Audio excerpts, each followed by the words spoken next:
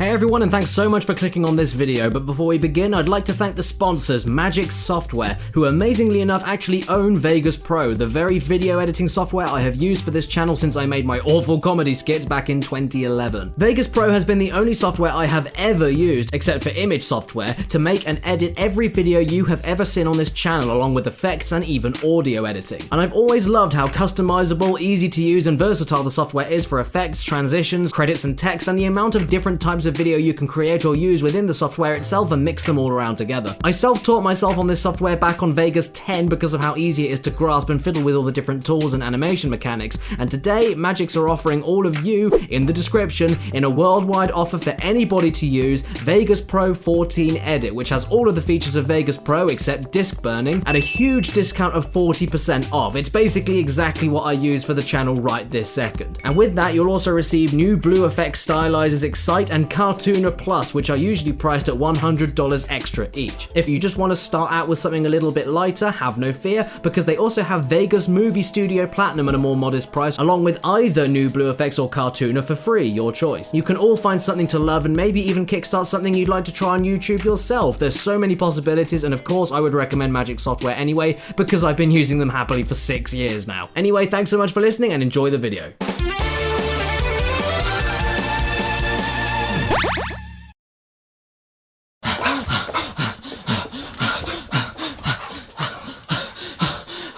Karis! Yeah?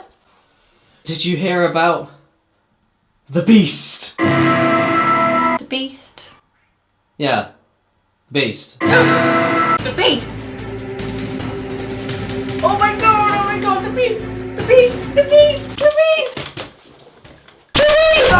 The Beast! The Beast! The Beast! The Beast! The Beast! The Beast! The Beast! The Beast! The Beast!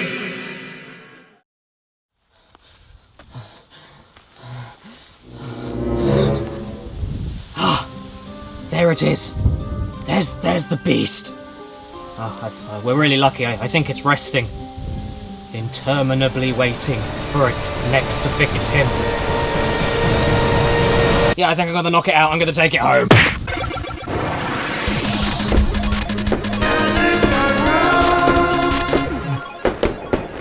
Greetings and salutations, my beautiful people, and welcome to the Caddicarus show, where I always have to do the deciding whether or not things deserve to be slaughtered or salvaged. And today is a very special day. I'm very excited to do this video because this is the first time I get to cover the first console I ever owned for myself personally. Look at this gorgeous beast here. And what's more interesting than the beast itself is what's inside the beast's belly. So how about we take a look inside and see what we find? Oh, fucking hell. This is not a sleek and sexy Game Boy Advance SP with the classic tribal marks like what every other kid in my block had. Now, I was never lucky enough for that level of coolness. Instead, this is the original Game Boy Advance with the brilliant, murky, horrible, unbacklit screen that meant whenever I played this thing in a car, I'd need to have it up towards the sunlight and therefore mean that the corner of my eyes were focusing on the world moving past me very fast and therefore getting me travel sickness. Good times. This thing here was the first handheld and first Nintendo console I ever played, and I had some major masterpieces to play on this thing, like Dark Arena,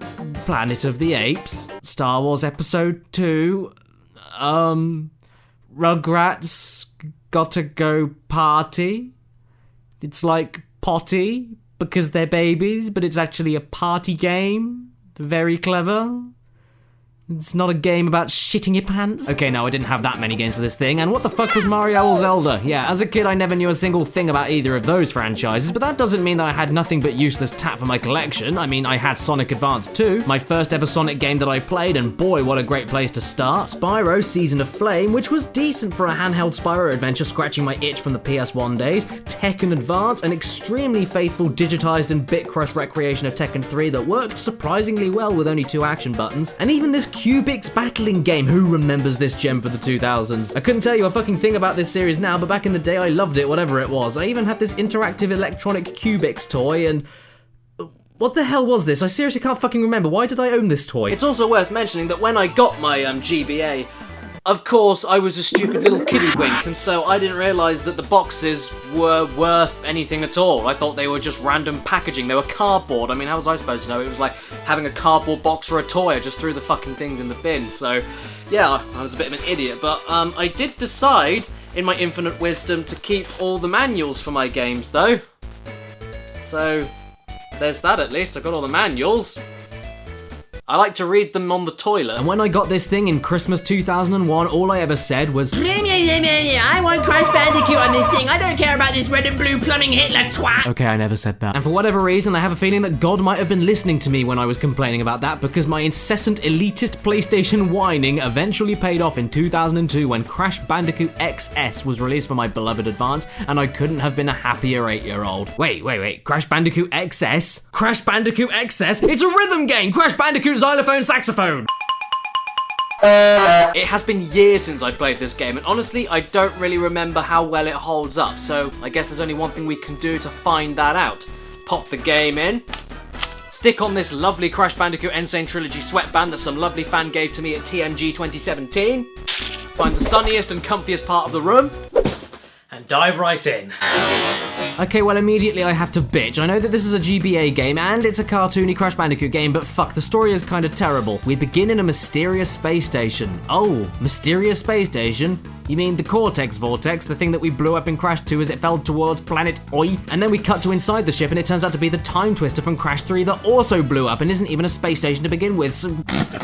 Like I said, I know this is a GBA game with limited space, so they screenshotted shit from the previous games, but equally, they do have many original stills that they use specifically for this story, so what's the big deal here? They can clearly make new things, why didn't they? The writing as well for the limited dialogue scenes there are is also pretty bad. I mean, I've heard it all before, little scientist.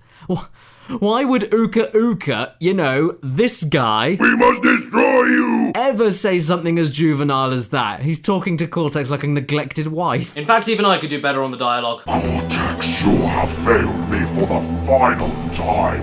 If you can't help me conquer the planet, then I'll inflict 1,000 years of suffering upon you. But great Uka Uka, it wasn't me, it was the infernal Bandicoot. Enough excuses, you pathetic creature! But the Bandicoot. Get me the gems and the crystals, and this time no excuses. Bandicoot. Okay, maybe not. This game was known in the US as The Huge Adventure, while the European version was called XS, and I think that must stand for extra small. And what I do like is how that title not only refers to the system you play it on, but cleverly enough also Cortex's next scheme to crush Crash, shrinking the world to the size of a Terry's chocolate orange. Now I see what you mean, Cortex, when you say little plan. Ha ha ha, you're a very funny man, you know. You're like Dane Cook. Okay, actually, there's quite a few things here that don't add up, so before we continue, I feel like I simply have to bring back yet another edition of the top whatever number is, since this intro makes no fucking sense whatsoever. 1. Cortex, you've shrunk the world down to your fingertips. Why are you transmitting yourself onto a television when you can just look at the world and talk to everyone at once while they look up and see your face from the sky? Actually, now that I think about it, that would be far too scary. Good shout, Cortex. 2. You said earlier to Uka Uka that you should ignore Crash and just take over the world, but isn't Crash the single reason why you haven't taken over the world yet? What the fuck are you talking about? And speaking of, 3, you now have Crash literally in your grasp and you don't care about humans, so why not actually step on the world and then figure out how to conquer the galaxy? Isn't this what you always wanted? You're giving Crash ample time and a chance to actually stop you. And furthermore, even in your own fucking boss battle, you shrink yourself to kill Crash. Why? Crush the world! 5, how are we actually getting from level to level when this isn't even Cortex's device here? Aku Aku said he needs to harvest crystals to power his shrink ray, but he's already shrunk the world, so why does he need any more crystals? In fact, 6, why are there even boss battles? Cortex could eat the world, shit it out, and flush it down the toilet. Just kill Crash yourself! I'm sorry, but this lack of detail is just infuriating. I don't have a major problem with it because it is a platformer on Game Boy Advance and the story isn't even a huge focus. However, it's a little distracting how little everything fits together. I mean, especially with Cortex, I know he's a bit of a bumbling imbecile, but he's not a complete and utter moron. He is a scientist. He knows what he's doing. I'm afraid to say that now I'm not looking too forward to revisiting this game.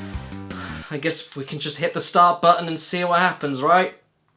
Oh wow, holy shit, I'm shocked. This this is actually a game. It's a fucking game, everybody! We have an actual Crash Bandicoot platformer with lots of visual detail, good music, tight controls, and plenty of challenges. Holy hell. The game was developed by Vicarious Visions, the same people who made Crash Nitro Kart and even the Insane trilogy. So even from the year 2002, 15 years before the Insane trilogy, whenever they had the Crash license in their possession, it seems as though they knew exactly what they were doing from the start, most of the time. They just wanted to keep the classic gameplay of Crash that everyone loved him for alive, whether it's 3D or even 2D like this, even though they couldn't keep the classic memorable and charming stories alive. I mean, they could when they were retelling the stories already done, but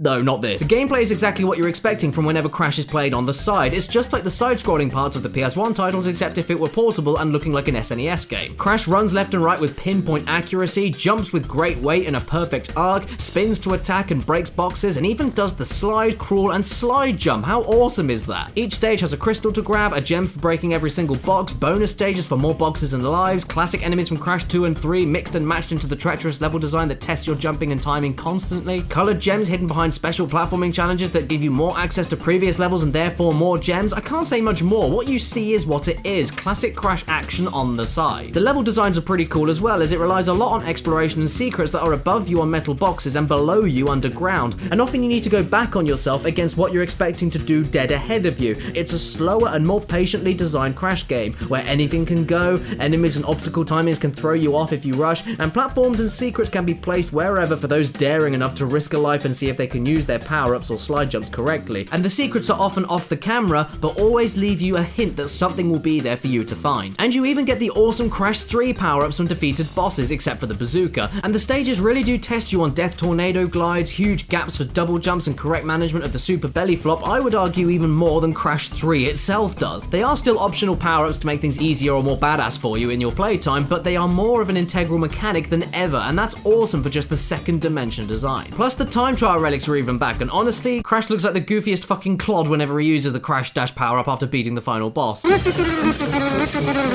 It's amazing. You go from extremely smooth running animation to jittery 2-frame animation in a split second, and it fucking cracks me up. It's so stupid. It's just so... If anything, the sewer levels are easily the worst design levels in the game because they're just not interesting whatsoever. Every single one of them is a completely flat gauntlet of repetitive enemy placements, no inclines or slopes at all, and no special secrets apart from the one where you need to jump over the exit portal. That's kind of cool, I guess. But also barely any decent platforming moments, a couple of bottomless pits, and did I mention flat design? It's flatter than this girl.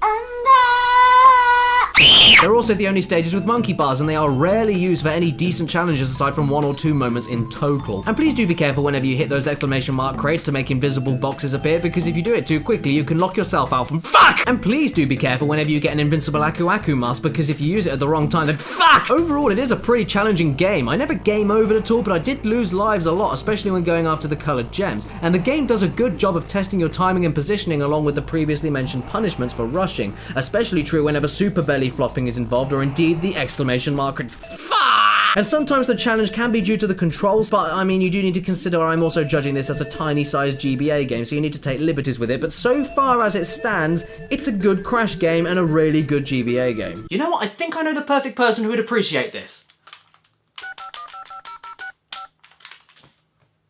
I got blood on my hands and there's no remorse. I got blood on my dick cause I fucked your boss. I'm an ass. Hello. Gil, is that you? Yeah, it's me. You called my phone. What the fuck do you want? Well, what the fuck I want is to show you some good Crash gameplay and nothing like the trash Bandicoot shit you subjected us to on your channel. I can't see a goddamn thing. I also can't figure out how to do the spin attack. Did you just turn Crash into a giant douchebag? Oh, really? How kind of you. Yeah, sure, I'll do it. Wow, dude, this is actually a game. Yeah, that's exactly what I said. Kinda wish I didn't waste my time playing Crash Bandicoot Flash games when I could've just emulated this or something. I really love how- Thanks for joining us, Gil. You're no longer needed. What? I just got here. And that's what you get for torturing me with all of your Crash games, so leave me alone. Okay, fine, but I'll be back for our obligatory collab video, dick. Yeah. Go away, no one likes you. What are you gonna do, edit me to death? Visually, well, look at this game. You might as well call it GKC.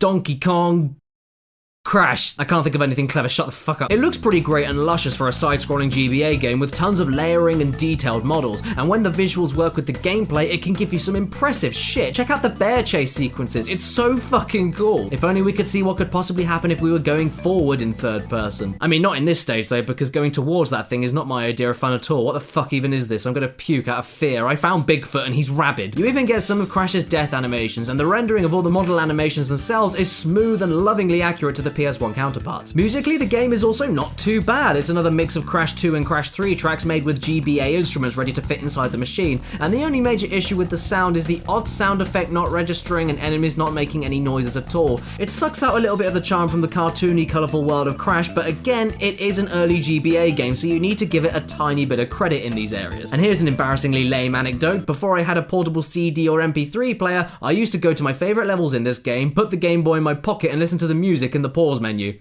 I was a sad, pathetic child. And then when you come to consider the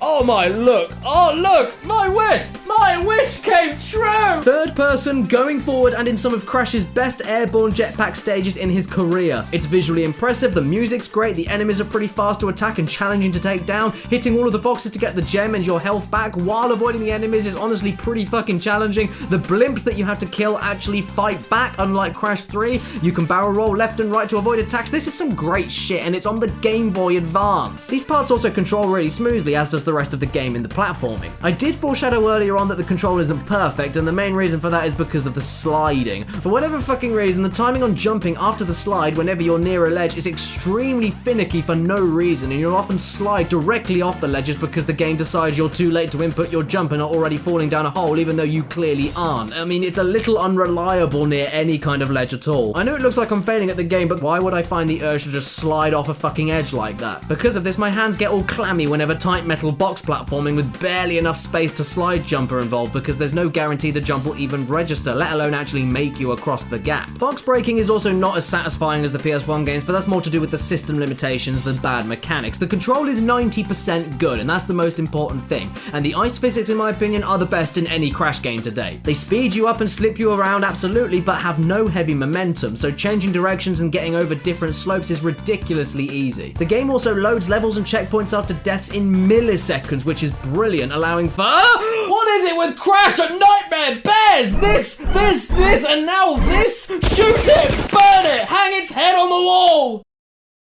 Peter will be invited to the barbecue! 5 boss battles are, well, 3 are good and the other 2 are pretty terrible, but they're all unique to Crash since they all take place in 2D. Dingadar, the first boss, is actually an underwater boss, and for a first boss it's not too hard but executed marvelously, mixing elements of Tiny Tiger from Crash 3 by sending enemies after you, and Dingadar's trigger-happy tendencies with falling stalactites underwater. Engine is boss 2, oh yes, in the awesome jetpack, and honestly, he nearly whooped me with the amount of attacks he gives you to avoid, attacks to destroy with the Wumpa fruits you have, and all of the moving he does while you're trying to hit his weak spot. Tiny, boss 3 is total wank. Here it is.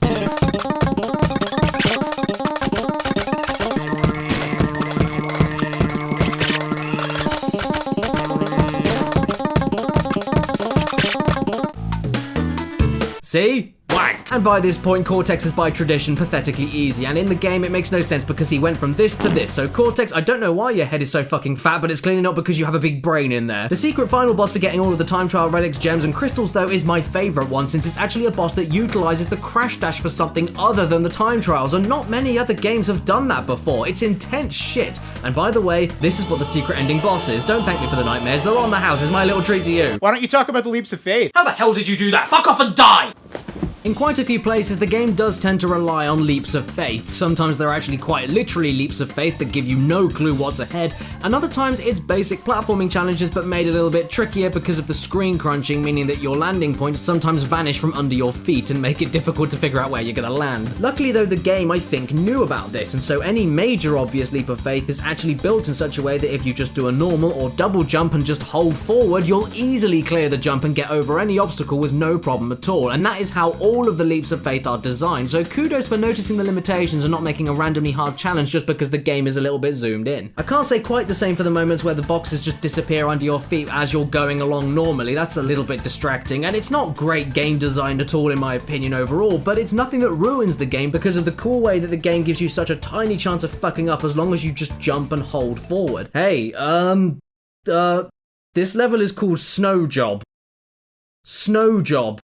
How the fuck did they get away with that? Cheeky bastards. And within the level itself, there's even more naughtiness to find, such as... Wait, what the fuck happened there? How did I die? What's Crash even doing? But overall, yes, this game is far from perfect, but as a GBA Crash Bandicoot game not made by Naughty Dog, it's pretty bloody good if you take a step back. And if I remember correctly, the sequel that it ended up getting was actually even better, so maybe I'll have to revisit that at some point in the future. And I might even take a look at Crash Purple.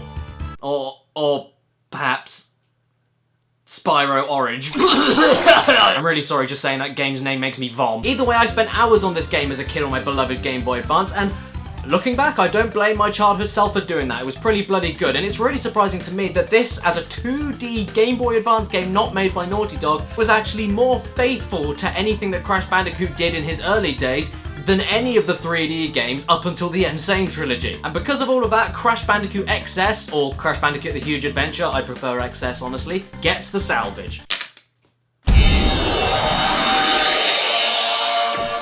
Lovely. And until next time, if it's your birthday today or watching this video, happy friggin' birthday to you, and please remember to stay beautiful. You bastard!